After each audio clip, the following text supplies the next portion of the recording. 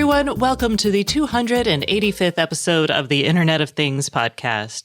This is your host, Stacey Higginbotham, and your co-host, Kevin Toffel. And we have an excellent show for you this week. We are going to be talking about news from IFTTT, the Project Connected Home over IP, otherwise known as the CHIP project that involves Apple, Google, Amazon, Samsung, all the biggies in the smart home space. We're going to be talking about a new long-distance Z-Wave tech standard. We've got a court decision that's worth paying attention to, and there's an Apple event coming up soon.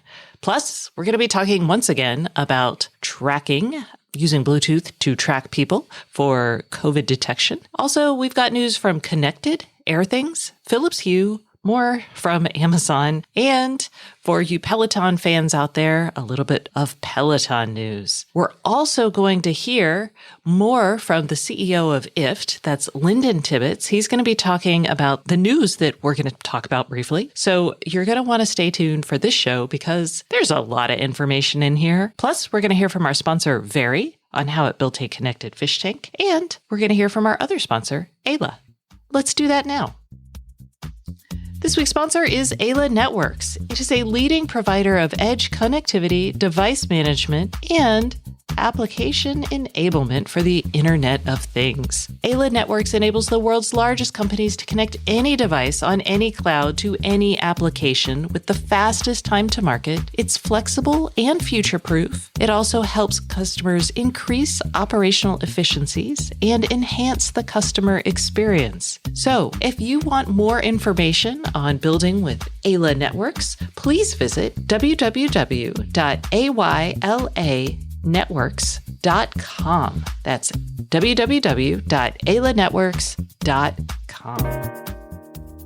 Okay, Kevin, we're going to talk more about this in great detail with Lyndon, who is the CEO of IFTTT. But I have to let everyone know that Wednesday this week, IFTTT dropped kind of a bombshell on people by saying that they were going to create pro accounts.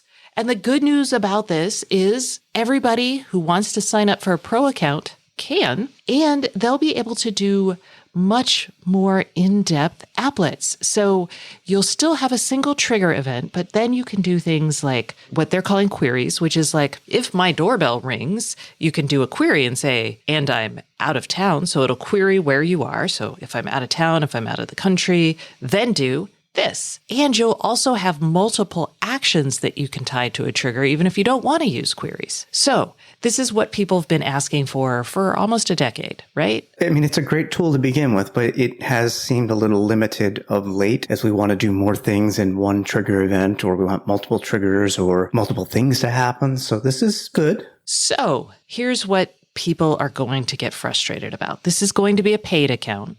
I don't actually think you should be frustrated so much about this. And IFTTT is doing something a little bit interesting here. They're going to let people pay what they think it's worth. And Lyndon says, and he'll talk about it in the interview, that he wants to get to a price of $9.99 a month for this. But he's hoping that by letting people set their own price, that they will get people to a place where they can achieve $9.99 worth of value. And people are cheap. People tend not to pay for things. So I'm really curious how this is. I mean, this is like a philosophical experiment plus a pricing experiment. Here's what I think. If it becomes possible to set up IFTTT applets that let me save money on my traditional subscriptions. So like right now I'm paying $4.99 for Wink, for example. If I can actually tie my sensors into IFTTT, and they're also going to speed things up. That's an important thing here too. Pro users get lower latency and they also get more support. So if I could like tie all my sensors in and create the sort of recipes that I have on my Wink account, then that could save me $4.99 a month, right? Right.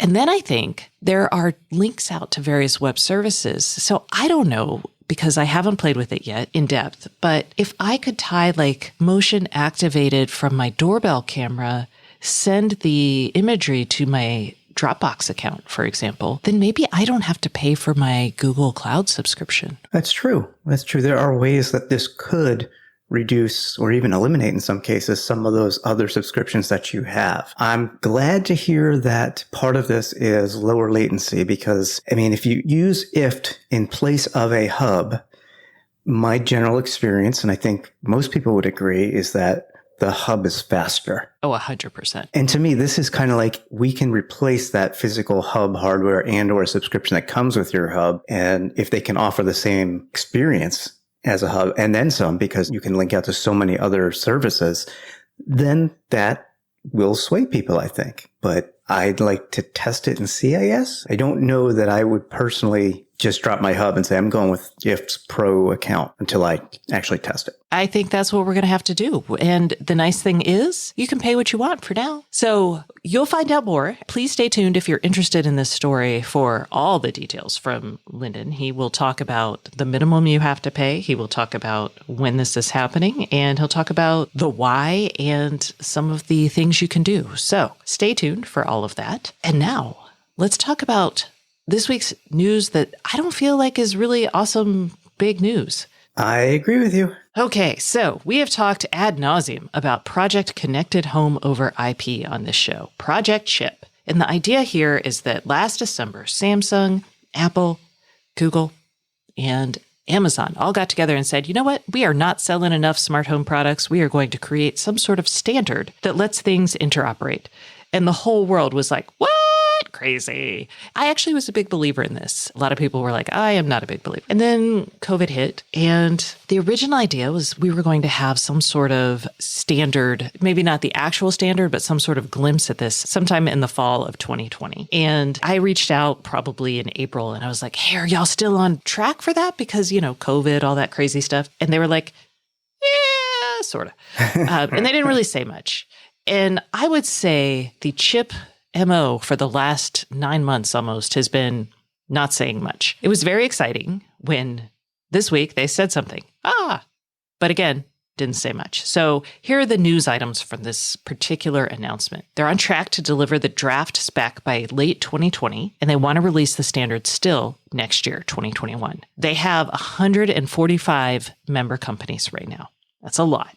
Mm-hmm. And they're working on 30 cross-functional teams, which is like a lot. So all of that's happening. They also released a new architectural overview. And this is basically a diagram. It's a pyramid diagram that basically shows a bunch of connectivity things across the bottom. And then across the second from the bottom layer, they have, it's all over IPv6, which we already knew. And it can use TCP or UDP, also stuff we knew.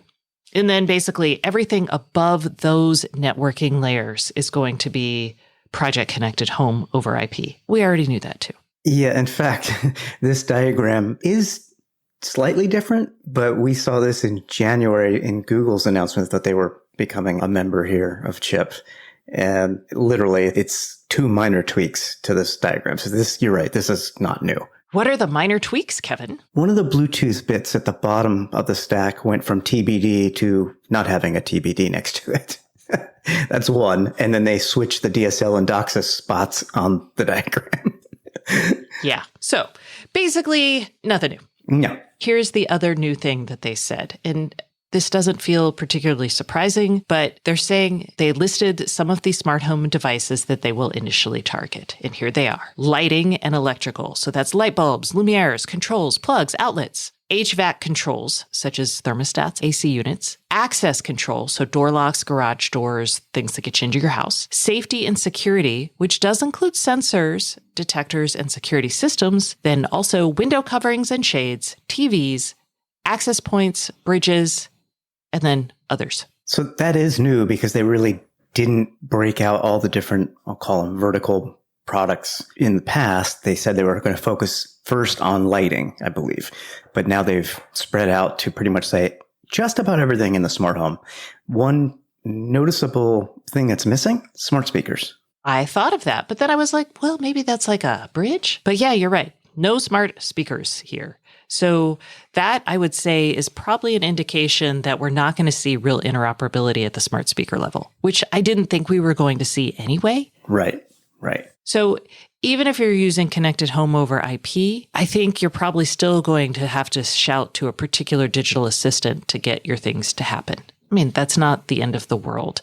No. And if this works out in an ideal way, while you may have to pick your digital assistant, hopefully you will be able to rip out your digital assistant whenever you want and easily reconnect your devices to a new assistant. Right. In theory. In theory. But yeah, there's none of this like, oh, you do this, you do that. You're going to have to pick one, it looks like. So that is the non-news from Project Chip. The biggest thing I took away from this is they're still alive and they're still working, and we should just stay tuned. I think they've been quiet for so long that they just wanted to stay part of the conversation, which I totally understand. They wanted to show maybe how many member companies they have to show the momentum they've had in just whatever it is, 8-9 months in terms of companies joining. So that's good. And not that most people will look at this or care. I did take a look at it. They did launch their open source repository on GitHub. So you can actually go see what it is they're doing if you can read code and so on and so forth. So, but yeah, non-news to me. Non-exciting news. But I did think this was kind of exciting, especially for all of y'all who call in with questions about your Z-Wave stuff not working. The Z-Wave Alliance, they have announced a new Z-Wave long range, we're going to be calling it Z-Wave LR, of course, spec. And this is going to offer 4 times the range. You're going to have 10 times the number of nodes, so you can have a much larger mesh network.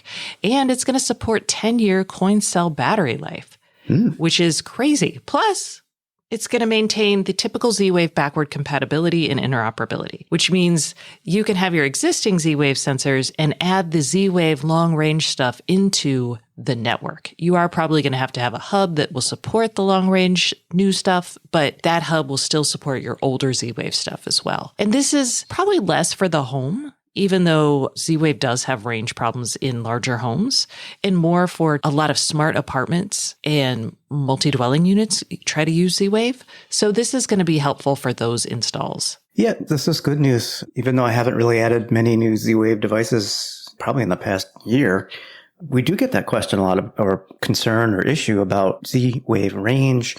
I'm sure some people have hit the limit on how many devices they could even have, or certainly like an apartment building if they implement a lot. Yeah, this is going to let you have over 2,000 nodes. So that's a lot of sensors. I won't hit that limit, I can tell you that. That would be really impressive, Kevin. I would be shocked. Is that a challenge? Yeah, no. That's a very expensive challenge right there. So I think this is really good, and it continues to keep Z-Wave relevant. They actually just changed the standards organization to make it much more open, and there is still plenty of interest in the installer community and the managed services community for Z-Wave. So, yay! We actually get a lot of questions about people who want to remotely monitor like a gate or something away from the home, still on the property, obviously, but further than typical Bluetooth or Z-Wave range. This could bring solutions for you guys, which is awesome. Yes. All right. Let's talk about other awesome things, but probably they may not stay awesome forever. There was a really important court case last week. The decision came down after we recorded, but since we've talked about this before, we're talking about it again. A magistrate court in Chicago ruled that government applications for geofencing warrants to companies such as Google are unconstitutional. This may get turned over in an appeals process. But the decision is a big deal because Google has been reporting a huge increase in police departments basically sending Google or other companies requests for all the subscribers who are in a certain geographic area. And what they then do is try to, if it's a lot of people, they try to match it to other places where they think the crime or the criminal may have also been, and then kind of use that process to find a person of interest. That's what it is. And if there's only a few people, then they can just, bring them all in and try to talk to them. We actually talked about this. There was a case probably a couple months back where Google had answered a subpoena request from law enforcement for people who had been in the area of a particular house that had been burgled. And Google sent one of the people that they had given their device ID to, they sent that person an email saying, by the way, the police have subpoenaed your information. You have a week to talk to them. And the person had been biking in the area and was like, what? And they had to hire a lawyer, and it was very scary. And basically the entire infrastructure around this feels very much weighted in favor of law enforcement. It feels like people without resources could be caught up in these dragnets. And I think it's very good that this particular court was like, these are way too broad. But that does still leave plenty of questions. And one of them, Kevin, you brought up. Yeah, we were looking at this before the show, and I'm like, well, even if this stays, and there can't be like these bulk warrants for GPS location within 100 meters of some incident, the cell phone towers, the carriers, they still have that data. And I was wondering, can the law enforcement just do that instead? And the answer for now is sometimes. Yeah. That's what I thought. And unfortunately, without active laws preventing this sort of thing, we are at the mercy of the courts to kind of decide how far our privacy rights extend with sort of electronic devices. And we're in the midst of that. We will be in the midst of this for decades to come because the courts move very slowly. There's the original decision, then there's the appellate decision, and then if the Supreme Court decides to hear it. And it's also going to be kind of piecemeal because some states are going to think, oh, yeah, this is horribly unconstitutional. Other states are going to be like, throw them in jail. So we probably should get together and figure out some legal frameworks that work, but I don't see that happening anytime soon.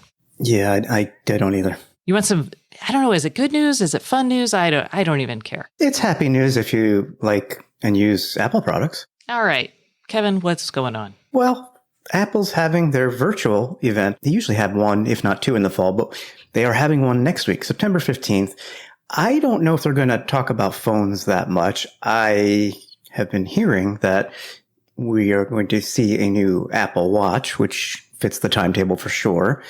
And I am wondering what other sensors this may have or what other health benefits, data monitoring, and so on and so forth. So I'll be tuning in. Fitbit announced that they were going to do some oxygen monitoring, so respiration monitoring, which is really important right now with COVID. And everybody's kind of coming for the Apple Watch, it seems. So we'll see if they do anything there. It also looked like there was going to be some AR efforts. And we don't talk a lot about AR on the show because on the consumer side, not much is happening. On the industrial side, it's used in a few test cases. I don't know how widespread it is.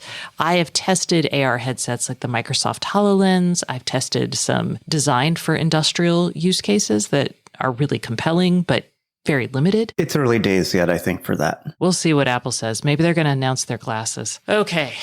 In cynical news, the Electronic Frontier Foundation put out a nice overview of why Bluetooth-based contact tracing is not going to save us. This is not going to be news to anyone who listens to this show, but I thought it was worth many months into this pandemic, and now we're all kind of hoping on this, pointing out that, once again, this is a technology that is limited to higher-end smartphones, which means not everybody is going to be able to use it. 2, it's based on apps that people have to actively download, which means, again, not everybody's going to use it. And that limited user base is going to make it very tough for us to get real contact tracing at a level that needs to happen for outbreak prevention. So just kind of a reminder there. And if you're interested in the topic, I'm going to throw a link in there so you can check it out because, it's worth recognizing that hey, maybe not everything is going to be solved by technology. It's a step in the right direction. It can be helpful, but there are still a lot of limitations, some of which you have mentioned. I mean, I know a lot of people who don't even turn Bluetooth on their phone. Sorry, I'm like, that kind of shocks me. I guess a long time ago I didn't, especially because there was all the, Bluetooth sniffing happening. So now how could I use my Fitbit without Bluetooth? Well, exactly. I was going to say, if you don't have a wireless gadget, wearable, connected car that has Bluetooth, maybe you have an older vehicle that doesn't have it, you probably don't turn Bluetooth on. Okay. I'm like, holy mackerel. Well, that was my surprise of the day. Now let's move on to some of the quick news bits that we've got happening this week. This week was IFA. It's the week ahead of the CEDIA virtual show. So there's lots of kind of, we'll call them news bits. Connected with a K. This is a company that's making an IoT alarm panel that ties into your existing sensors and older alarm panels. So this is a good retrofit for your home. They have now announced the 3rd iteration of their connected alarm panel products. So this is the Connected Alarm Panel Pro. And for those of you who have wanted power over Ethernet capability, this is going to have it. And anybody who really cares about who has maybe a former CEDIA setup or an older, more reliable setup, I don't know how else to explain it. It's for sale now. They're going to send it to you in October. It's $209, and you can also buy it on Amazon later. So you basically buy this. It's not hard work to wire it. It is a little bit of a DIY project in the sense that this is not something you would give like a friend who doesn't want to play with stuff. And yeah, it allows for 12 zones on this board. So this is for the person with a big house who likes DIY projects and knows what power over Ethernet is. That's probably the best way to describe this. And you can tie it into SmartThings, Home Assistant, Habitat, OpenHab, HomeBridge, all of these options. So super powerful for a select number of users. Okay, other news. AirThings. I actually have one of these. AirThings is a company that makes indoor air quality monitors, and they just updated their products with mold risk. So this isn't detecting mold spores in the air, which would be super cool. It's just assessing the humidity of the environment, the temperature of the environment to say, hey, do you have a risk of mold? And it's going to be an indexed scale from 0 to 10. And I actually have a AirThings Wave. It's an $80 device I bought probably last year before we did the gift guide, I think. So let's say almost a year ago. I move it around the house every now and then. But right now in my office, there is a 0% mold risk. Yay. So you move it around because I presume it's really supposed to be used for monitoring individual rooms, meaning you probably want to buy multiple devices. I have an Aware sensor in the basement, so I'm going to probably switch those two up. I'll put the AirThings, because I have this split level kind of living situation where half of my basement level is underground and half is above ground. Daylight? I don't know how that works. So I'm going to stick it down there. They talk about placement tips like against exterior walls that are cold, and we'll see. And I run a dehumidifier already down there because during the summer it's at like 55% down there. So that's a little high. So I run the dehumidifier, and now we'll just see if I'm likely to mold or not. Other news, Philips Hue. Kevin, I'm tired of talking. You talk. I got it. Well, actually, I'm really excited about these, so I'd love to talk about this. Bunch of new products from Signify, which is the company behind the Philips Hue bulbs. They first have a new Philips Hue Play Gradient Light Strip. So light strip tells you what it is. It's obviously, a strip of lights, LED lights.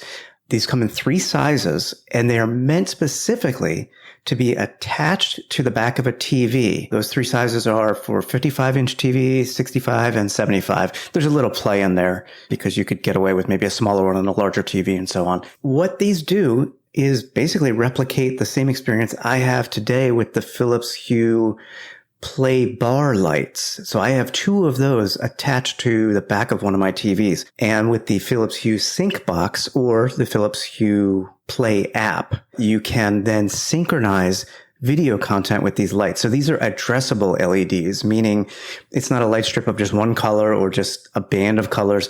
These will sync the background of your wall to what's on the TV. I love this, but it doesn't come cheap because depending on the size, you're going to pay $199.99 up to $239.99 just for the light strip. Then you have to have the play box, the HDMI sync box, and you need a Philips Hue bridge if you don't have it. So it can add up quickly. However, I like the idea of this because those play bar lights I have are pretty bulky, very bulky in comparison. So yeah, and both play bars I think are about the same cost. They were about $200 for the play bars, or maybe they were $120. Yeah, I got them on sale. I think they were normally around $159. I think I got them for $129, but a thinner type of product. Yeah, I would definitely go for that. Got it. Okay. So Kevin's new Christmas present. But for other bulbs, maybe you don't want things syncing with your TV. You could buy some of the newest Philips Hue products, such as, there's about 7 or 8 products. I will specify first the ones that are available in the US and overseas, and then just real quick mention just the overseas ones. So the Philips Hue Iris, the standard edition for that is $99.99 in the US and available in the EU and Canada. The Iris, I believe that's their... Basically use it to fling color up on a wall. You could use it like a table lamp, but I think, maybe you want that on the floor, and you're right, getting a little ambience on the walls. Also, the Hue White Ambience Candle Bulb with Bluetooth or Hue White and Color Ambience Candle Bulb with Bluetooth will be available. Actually, already are available. A 1-pack of the white is $25 in the US and 30 euros overseas. And if you want color, double the price, $50 in the US for a 1-pack, €59.95 for a 1-pack or 100 euros for a 2-pack. So then additionally, just in the EU, they have the white luster E14 bulb, their white and color ambiance NSYS pendant light in black, 400 euros. That's some serious cost there. But it's basically like dining table light. I mean, it's direct and indirect. It's a pendant light. It's fancy. Yeah. So, and then they have Philips Hue filament white G125 and ST72s, which mean nothing to me here in the US, but I'll bet you in the EU, you know what they are. Those are available at the end of this month. I bet people don't. I mean, until I started covering light bulbs, I had now like A19, E26, E12, what? Yeah. At least they look familiar to me, the A19, the E26, but those, I'm like, what is that? We've got some Amazon news. We talked about this in the newsletter last week, but Amazon has created Madam A for residential buildings. It's a way for apartment owners to add Amazon's Echo devices into a smart apartment to control devices. It lets them manage it and then turn that over to the resident. So the resident doesn't have to bring their own stuff and doesn't have to worry about like integrating the smart apartment stuff. The resident can bring their Amazon account into the apartment and tie it together with that and then bring other stuff into the apartment if they want, but they don't have to. What I like about this is that property owners can either use or create their own skills. So maybe they want to have a contact the property management office skill or when is trash day skill. Yeah, exactly. As long as it enhances the experience. I mean, those would be helpful to me as a renter to have those. Sure.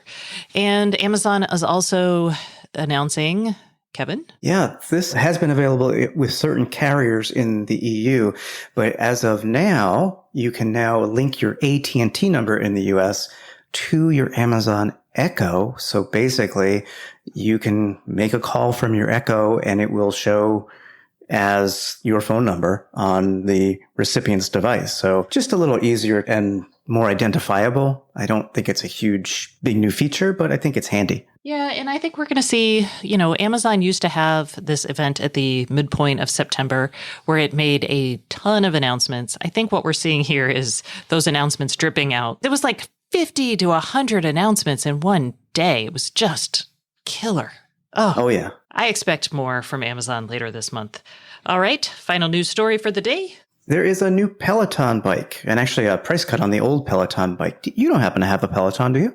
I hate stationary bike riding, so no. Sorry, that's a no.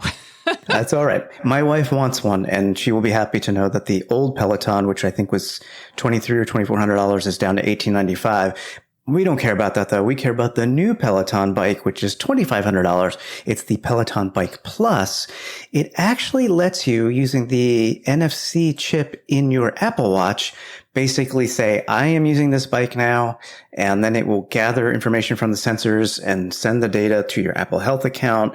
So it basically has Apple Watch Gym Kit support. So it's one of the first devices to have Gym Kit support. So maybe this is not a big deal for individual Peloton bike owners or Bike Plus owners, but if I was running a YMCA and I was getting these bikes, I would advertise this as, hey, you can use this bike and it will track your individual metrics and those will go right to your phone. So you can all share this bike, but still get your individual data. Yeah, I think this would be good in households with high income brackets where they have the Peloton bike and different spouses and people use it. I don't know. I don't have a Peloton. All right. That's enough news for the week. Let's answer a question from the Internet of Things podcast hotline, which is sponsored by Schlage Encode. The best home automation adds convenience, not hassle. And with its built-in Wi-Fi, the Schlage Encode Smart Wi-Fi Deadbolt shows you just how easy secure can be. You can learn more about this lock at schlage.com. I will tell you that I have it installed on my front door,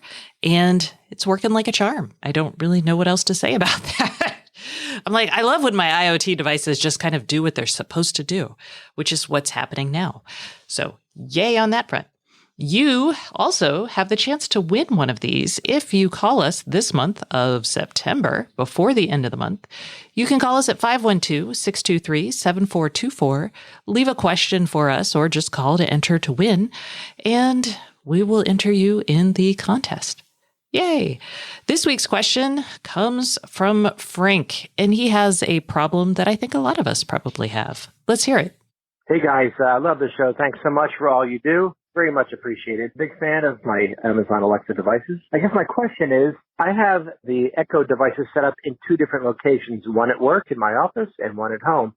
And I'm confused whether or not I could control everything in each device in each location with the one app, and using my voice commands, can I control things at work from home and things at work at home from work?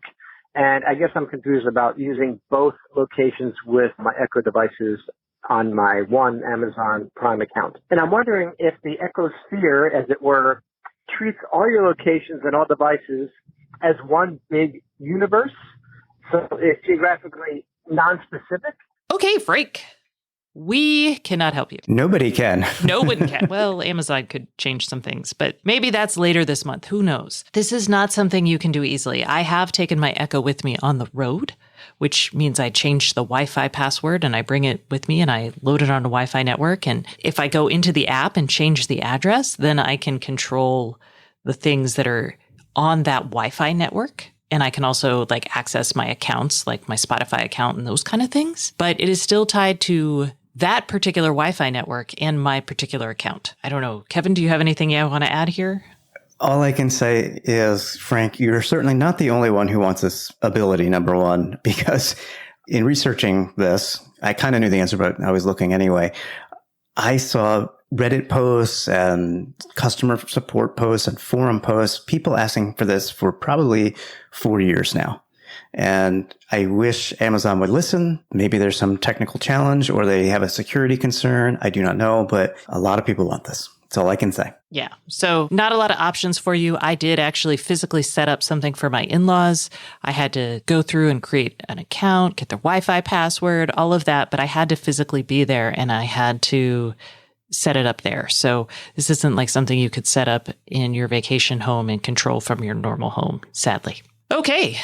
That's it's today and we can't help you. If you would like us to help you or maybe not help you, but at least you'll know, give us a call at 512-623-7424 and you will be entered to win that Schlage lock. All right, that concludes this portion of the show. Please stay tuned for our interview with Lyndon Tibbetts, who is the CEO of IFTTT, where you will find out what's happening with the service and how much you may need to pay to make it happen. Hey everyone, we're taking a break from the Internet of Things podcast for a word from our sponsor. This week's sponsor is Very, a full-service IoT engineering firm. And today I'm here with Ben Wald. Ben is the founder of Very and works on high-level client strategy. Ben, Very has had the opportunity to work with a lot of innovative clients on some unique projects. Can you share any of those with us today? Absolutely. I'd like to share how we worked with Collar Products to build the first ever IoT aquarium on the consumer market. It's currently sold at Walmart and Petco for around $100 to $130, which makes it available to the mainstream customer. Awesome. Yeah, it was a great project. So a little background on Collar. They've been around since 1941, and they're known for being the first manufacturer of plastic desktop aquariums. Collar came to us with the vision. They wanted to add IoT capabilities to this fish tank. They initially wanted customers to be able to control the light settings through a mobile app, but then be able to control all aspects of this little aquarium, which include temperature and the filter.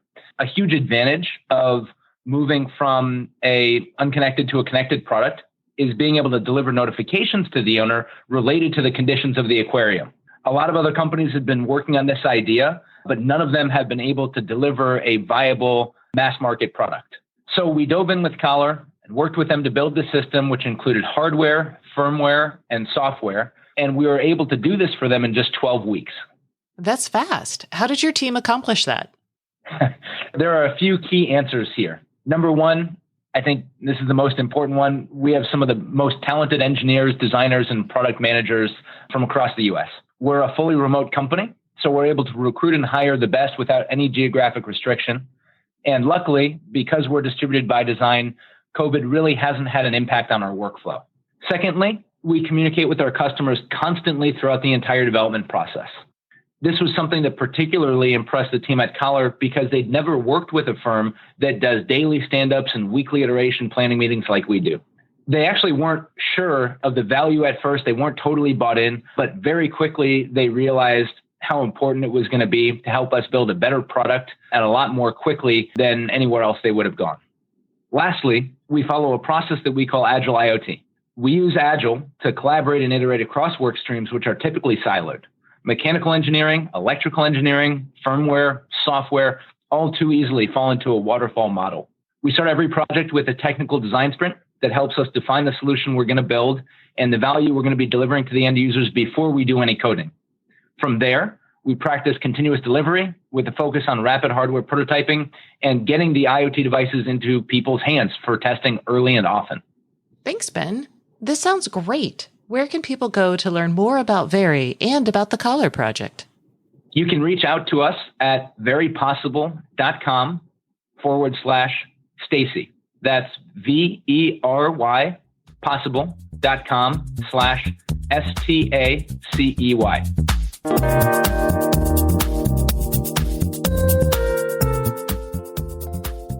Hey everyone, welcome back to the Internet of Things podcast. This is your host, Stacey Higginbotham, and today's guest is Lyndon Tibbetts, the CEO of IFTTT. Hello, Lyndon. How are you today? Good. Hello, Stacey. How are you? I am excellent. It has been, I'm just going to go conservatively, years since we have last had you on the podcast. So welcome back. Yes, good to be back. And we're having you on the show this week because you have some exciting news about IFTTT that I think our listeners are going to be especially stoked about. I'm basing this on the fact that just this morning in my inbox, I have 2 questions about how to set up applets that are a little bit more complicated. So you get those questions too, huh? Yeah, I only get 2. I don't even want to know what your inbox looks like. Yeah. I think I got 2 since we just started recording here. Exactly. Okay, so let's tell everybody what IFTTT is. Yeah, so IFTTT stands for If This Then That. We help everything on the internet work better together. What that means is integrate better together. Compatibility is a huge problem on the internet. It's not good enough to just be connected to the internet. Your things also have to talk, whether those are things in your home or just your regular internet services, things like Google and Twitter and Dropbox. We help make all that happen. Yes, y'all have enabled me to do some crazy stuff, such as tie my lights to the weather, tie my email to my lights, tie my Wi-Fi on my home network to my phone's geolocation. So many things. So things are going to change a little bit, though, for users of IFTTT. So let's talk about what you guys recently announced. Yeah, so we've recently announced what we call the IFTTT Pro plan, our first premium subscription plans for users. In short, If This Then That is now becoming If This and This, When This and That and This, so whatever users can dream up. So it's something that I think we heard within the first hour of launching way back in 2010. People wanted more powerful ways to create applets beyond just If This Then That. And that's the big part of what Pro enables people to do for a small monthly price. And what is that price? So we think it should start at $9.99, but that's what we think. I like to say it takes 2 to tango. It's a relationship, not just something we're dictating. It's not just a collection of features that we're putting a price tag on. Pro really represents our reinvestment in the millions of users that have made it possible. So for us, it's really important that we start that commitment and that reinvestment in the right spot. And the first thing is asking users to tell us what they're willing to pay for it. We'd like to end up somewhere around $9.99 a month, but we're willing to do the work to continue to improve and add value to that package based on user feedback over time. Okay, so then that begs the question of, my gosh, for $9.99 a month, what am I going to get as a IFTTT Pro user? Yeah, so we talked about the additional thises and that's, so we call them triggers and actions. We're also introducing something we call queries. Think of those as a way to get data. So I'll give you a really concrete example. Say you want to get a notification or an email every time someone rings your Connect doorbell, but you only want to do that when you're not at home. So what you could do is query your location, get information about your current location from your phone, and then make some conditional decisions, if I'm not at home or if I'm this far away from home or if I'm in another country or another state, then do different actions, send either different types of notifications or no notification at all. So it really opens up the possibilities beyond just if this and that. So that's really kind of the cornerstone of what Pro is all about. More powerful tools for people that create applet. The other things that are going to be available right out of the gate are faster applet execution time, but also dedicated support. You led with it at the top of the session here, Stacey. You got 2 emails today with folks asking questions about how to create the right type of applet. And that's something that we want to actually respond to at a much higher cadence. And in fact, for pros to respond to every single one of those requests in a way that helps people be more productive with what they're building. All right. So more complicated queries, faster execution, more support. That's the start. From there, we're going to keep adding to it. So for us, it's really a reinvestment in those users that are looking to make something for themselves. What we've traditionally done for the last 2-3 years has been investing in a lot of those same features actually for our service customers, the brands themselves. And we decided that, hey, this is awkward. These are a lot of the things that people have been asking for years. They may not happen to be working at a company or owners of a company that's ready to be a part of the IF platform, but they want those tools for themselves. And that's what Pro is really all about, is bringing those tools to just everyday people as well. Okay. And we'll get into some of the service stuff a little bit later, just because that is something I want to touch on before we leave the conversation. But let's go back to this idea of multiple conditions and queries. Query sounds a little bit confusing, so I want to really hone in on that for people. And then also the idea of multiple actions based on a trigger. So can you walk me through setting up maybe some popular applets? Sure. Before Pro, you're right. Really easy to explain because it was actually very simplistic. You could have one trigger, that's the this, and you can have one action. So if this, then that. If someone mentions you on Twitter, then save it to a spreadsheet. 1-to-1, very straightforward. And that's, will continue to be our bread and butter. We still want to make the experience of setting up that very simple applet as easy as possible, no matter what your kind of technical skill level is or patience level is. But as we add these additional features, these additional kind of conditional branches, bringing in additional services to any one individual applet, we still want to make it easy, but we also have to acknowledge that for those folks that are looking to do something that's really pretty custom and, starting to approach or get a little bit closer to what someone might call programming, things are going to get a little bit more tricky, a little bit more complicated. And so part of how we're looking to make that as easy as possible is continue to use a lot of the same kind of visual and UI type language, still lots of big text, big buttons, and you still basically just pick a brand, pick a query, just like you would pick a trigger and an action, and you kind of see that, what we call an applet, take shape as you create it over time. So as you add each one of those brands, you should be able to kind of read it top to bottom without having to click into each one of the sections and get a pretty good sense of what's going to happen when you ultimately turn it on. Is there a limit to the number of brands you can work with? Really, I think there are some upper bounds, not because we don't want to make that unlimited. I think there's some like 8 or 9 or 10 different individual things that we've maybe put, but that's not because we think that's the right limit over time. We just can't yet conceive of that number of things actually being useful. Obviously, users are going to tell us right out of the gate whether we're right, and we'll adjust quickly. The idea of a single trigger per applet is still, I think, helpful rather than limiting. You can set up multiple applets that have multiple triggers, multiple, if statements, but because you can still only have one trigger per applet, everything is really based on that initial event. So when someone rings your doorbell, or if your iRobot vacuum starts, then multiple things can happen from there. And you shouldn't necessarily be limited on all the things that could happen from there are, but you don't have to kind of hold all of it in your head and hold all the different events on an applet by applet basis. You still kind of think of those as separate applets. Okay. So I have to ask, because this is like one of the number one pain points for me, especially when we're trying to advise people to do things. And that is, I have to set up 2 applets when I want something to turn on, and then later when I want it to turn off again. Is there some sort of language that's coming around that? Yeah. So, and it really just depends on what are the events that you want to attach that on or off event to.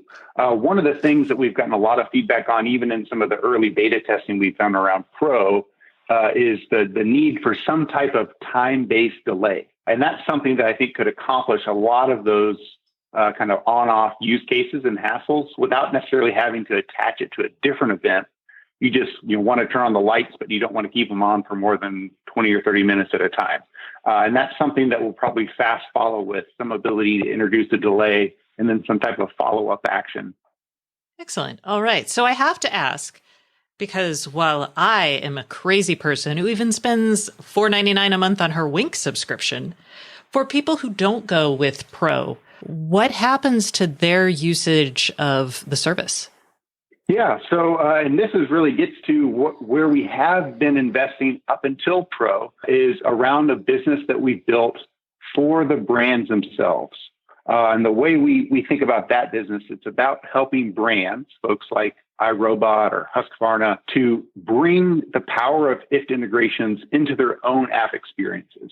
And do it in a way where the people that are going to turn on these integrations don't have to think about if this and that, or, they don't even get to, touching queries or conditionals or multiple actions, but they can still get the benefits of those things as those are built and then presented to them by the brands themselves. So that's where we have been investing. And for those users, IFT really turns into something that kind of looks like more of a management dashboard. It's a place they go if something goes wrong, maybe a place they go if they want to turn something off and they can't remember their login and password for the app they turned it on in. But for the millions, tens of millions of IFT users that have used IFT prior to this new product that we call Connect, well, those are the folks that already have something in mind. They know they want their products to work together in a very particular way. And those are the people that Pro is really built for. As a free user of IFT, you can turn on as many applets as you want.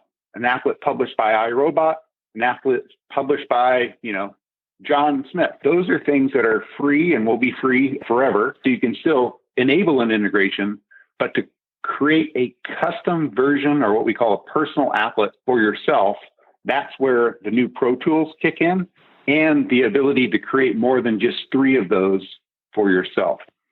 Okay, but me with my, I think I have 19 applets. Sounds like I've got to pony up. So first off, I'm setting my own price, and your goal or your hope is that we'll do $9.99 a month.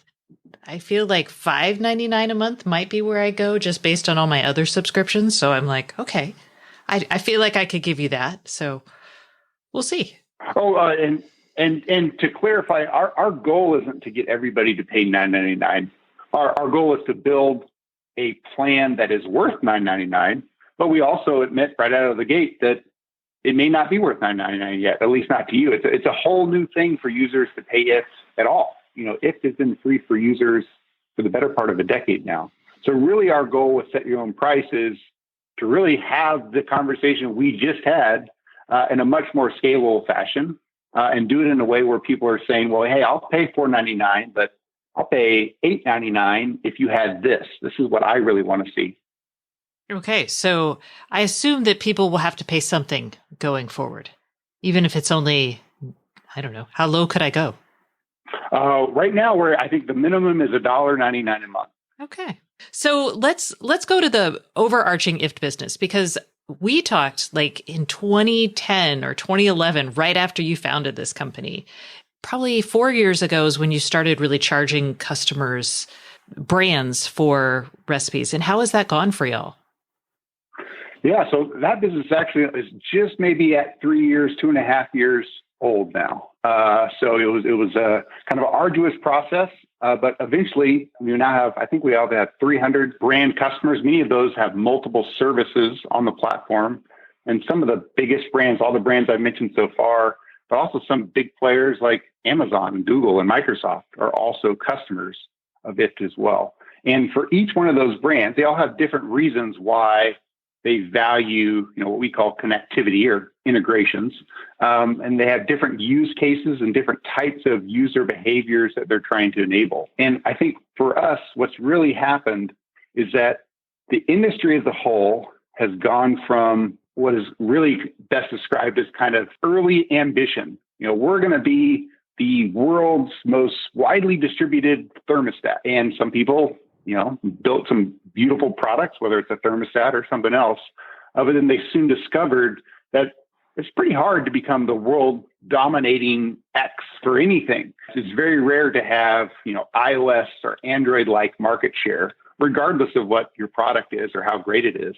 And because of that, it's actually incredibly difficult to build your own developer platform, to get other developers to build for your APIs. And it's also equally or just as difficult to then try to build for everybody else's platform. Because everything becomes an internet service. There's really kind of a N squared type problem here.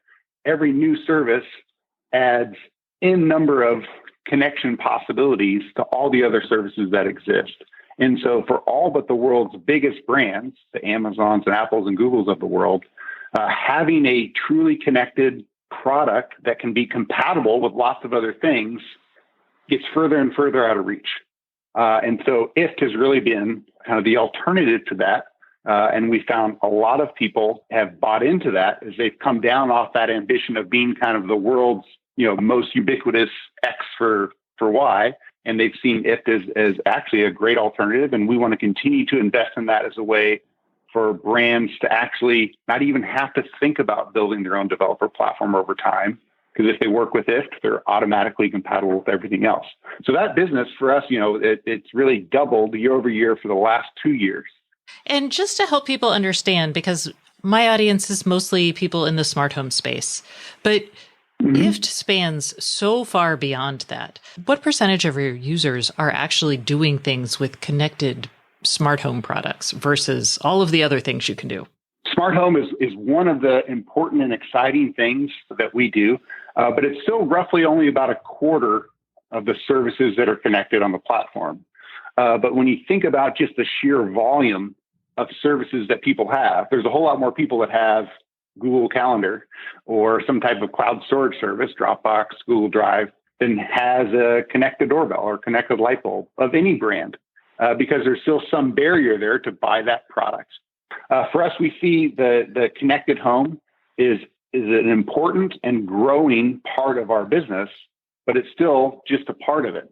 And in fact, a lot of those connections that we see from the connected home actually go out to some other type of cloud service.